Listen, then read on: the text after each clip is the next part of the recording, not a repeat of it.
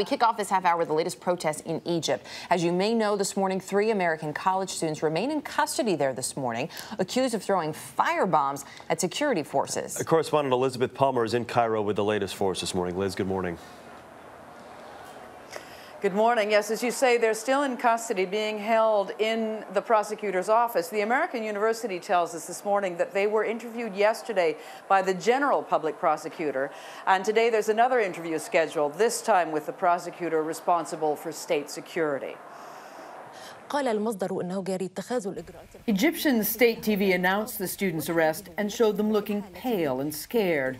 Luke Gates in the middle with what appears to be a surgical mask against tear gas, Gregory Porter on the left and Derek SWEENEY on the right.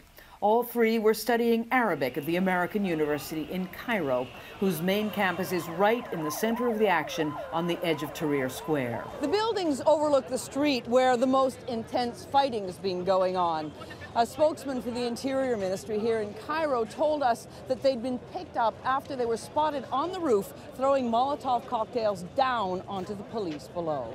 Derek SWEENEY is a 19-year-old student at Georgetown University.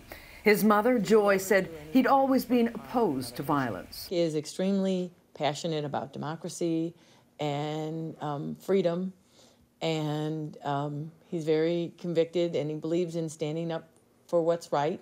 On Twitter, 21-year-old Luke Gates, a junior at Indiana University, appeared to hint that he had joined the protests.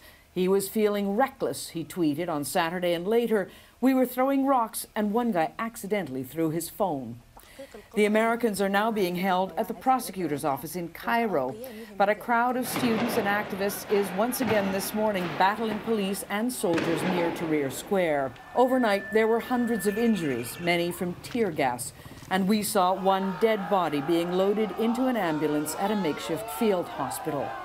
This crowd is clearly dissatisfied with the army's promise yesterday that military rule in Egypt will end by June.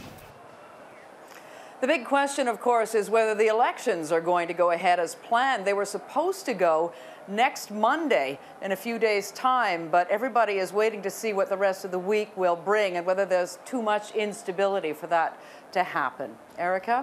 Elizabeth Palmer in Cairo this morning. Thanks.